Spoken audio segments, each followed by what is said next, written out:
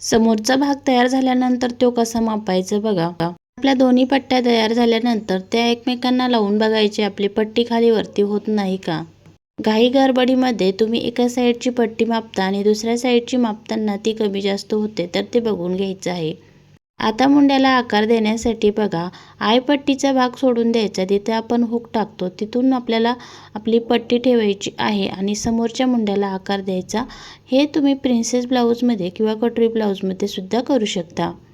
छान अशी मुंड्याला खोली दिल्यानंतर परत आपला भाग व्यवस्थित ठेवून घ्यायचा, कारण काही वेळेस कापड असं सळसळतं असल्यामुळे तो भाग खाली वरती होतो. ते आपण व्यवस्थित बघून घ्यायचं आणि साईडची सुद्धा कटिंग करून घ्यायची आहे.